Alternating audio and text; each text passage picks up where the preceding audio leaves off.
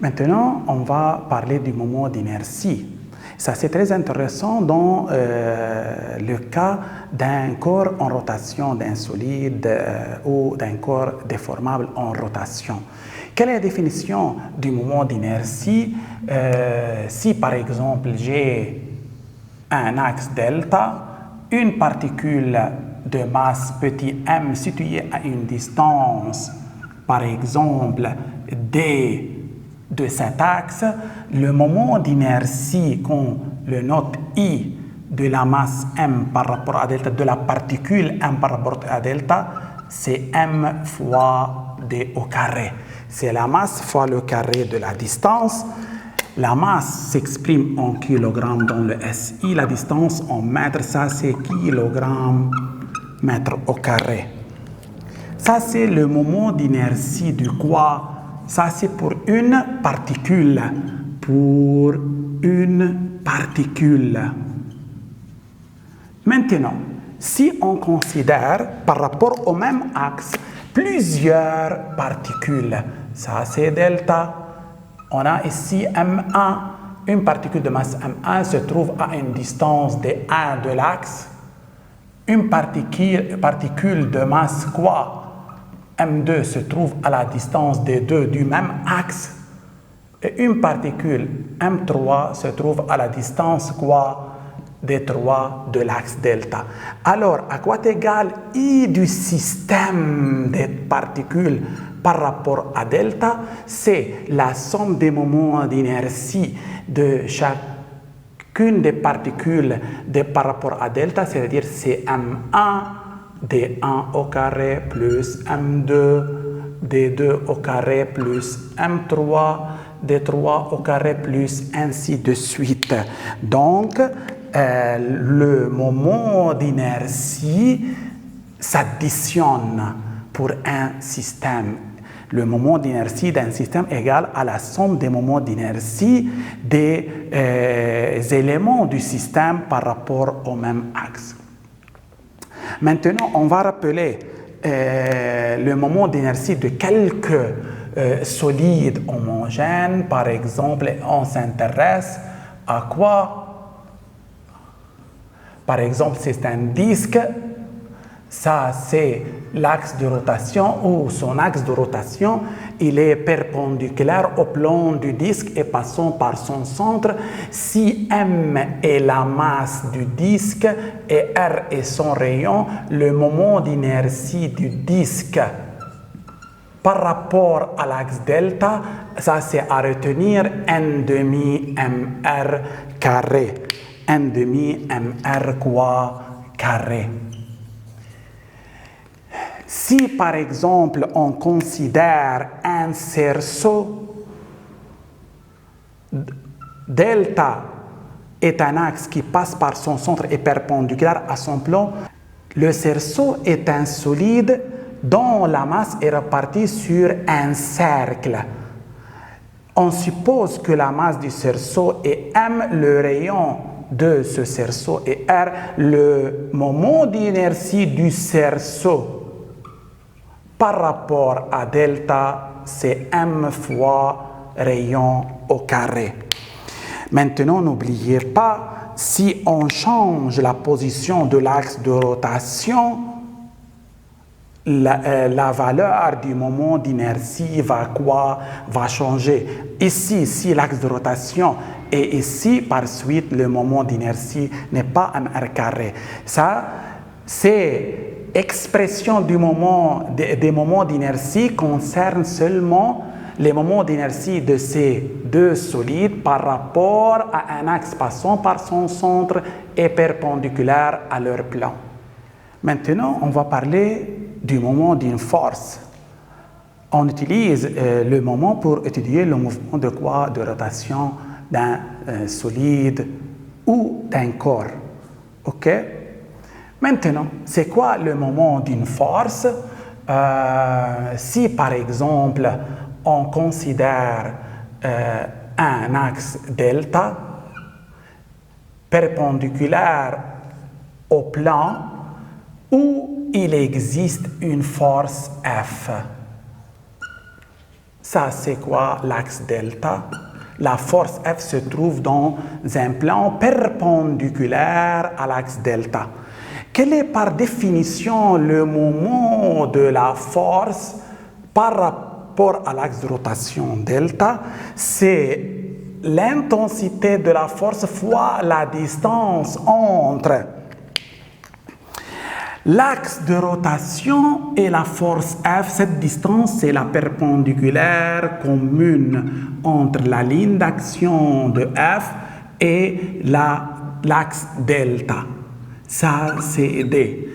Mais en prenant par exemple un sens positif de rotation dans ce sens, ici, c'est plus. Mais si F agit, pardon, ça c'est le sens positif, F, selon cette figure, agit dans le sens positif. Si F agit dans le sens négatif, on va mettre quoi? Moins.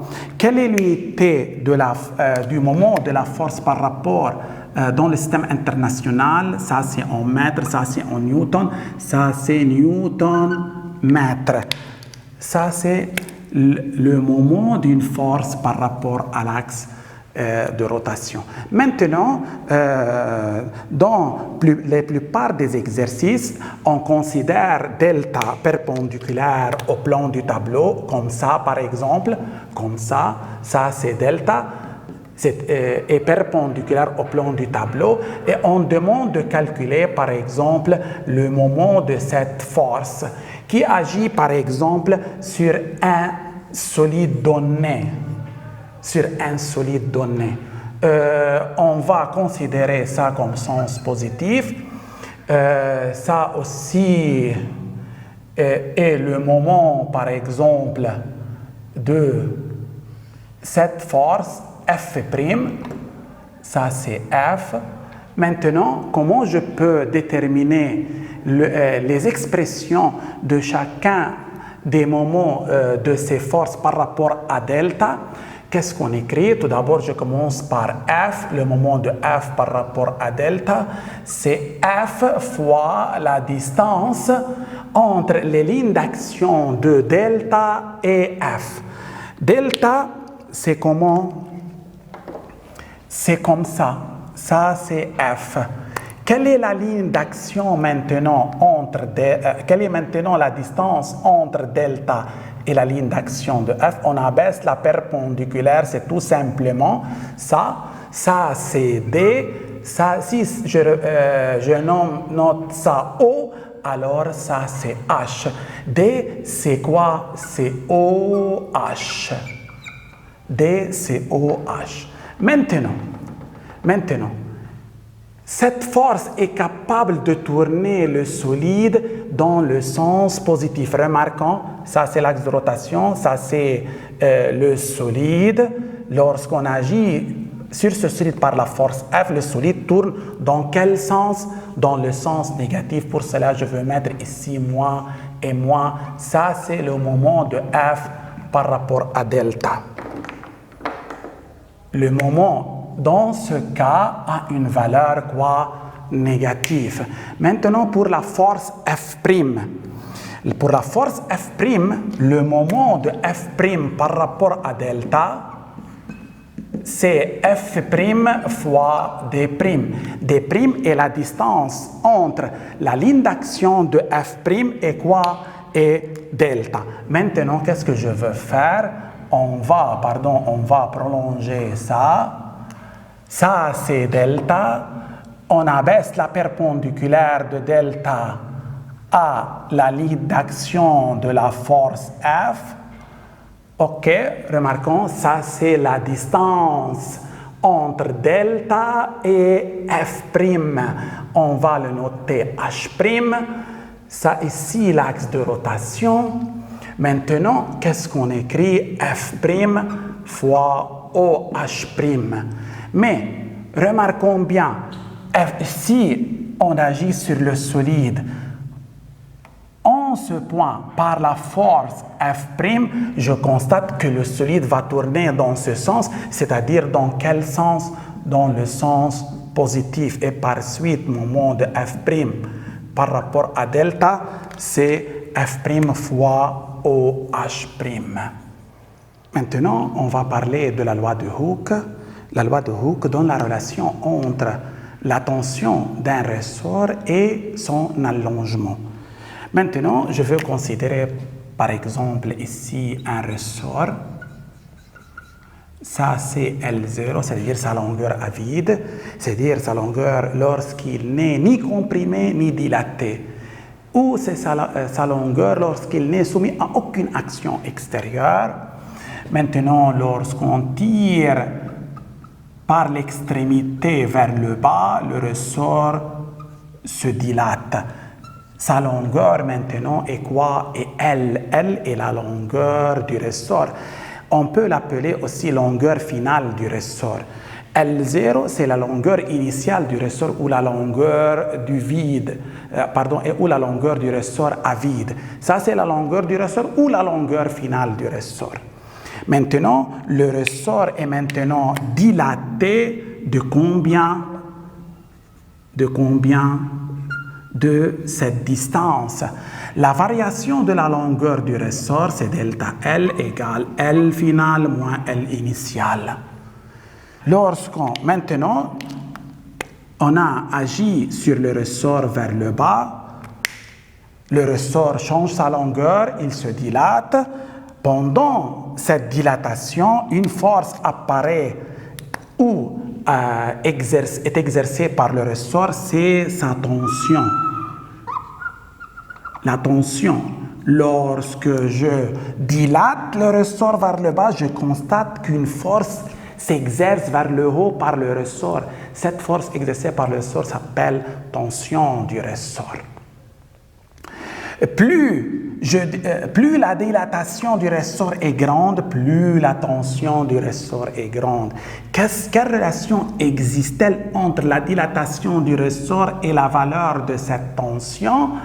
Ces deux grandeurs sont quoi? Sont proportionnelles. Et ça, c'est la loi de Hooke. La loi de Hooke. La loi de Hooke dit que la tension du ressort est proportionnelle à son allongement. C'est-à-dire T égale K delta L. Cette constante s'appelle constante de raideur du ressort. C'est une caractéristique de ressort. Deux ressorts non identiques ne possèdent pas la même K, la même constante de raideur. Plus le ressort est dur, plus K est grande. Rappelez ça. Maintenant, delta L s'exprime en mètres dans le système international. Ça, c'est en newton et par suite K en newton par mètre dans le système international. Maintenant, dans le cas de la compression, c'est-à-dire la longueur du ressort va diminuer et devient L. L est inférieur à quoi? À L0. Ça, c'est la compression du ressort. Ça, c'est la compression du ressort. Égale à combien? Égale à L0 moins L. On doit avoir une valeur positive. Tout le monde d'accord? Je constate que ça est opposé à quoi? À delta L. Remarquons, delta L, c'est toujours L moins L0. Si je veux remplacer ça ici, ça c'est quoi? Moins delta L. Moins delta L. La loi de Hooke devient T égale K fois la compression, c'est L0 moins L, c'est-à-dire moins delta L. On obtient T égale moins K delta L. Ça, c'est dans le cas de quoi? De la compression. Donc, pour éviter de mettre un signe moins ici, qu'est-ce que je veux faire? Je veux écrire T égale K delta L. Ça, c'est la loi de Hooke généralisée. La loi de Hooke est applicable en cas de dilatation comme dans le cas de compression. Mais dans le cas de compression, delta L a une valeur négative. Maintenant, pour éviter le signe moins, je veux mettre delta L en quoi? En valeur absolue. Ça, c'est l'écriture générale de quoi? De la loi de Hooke.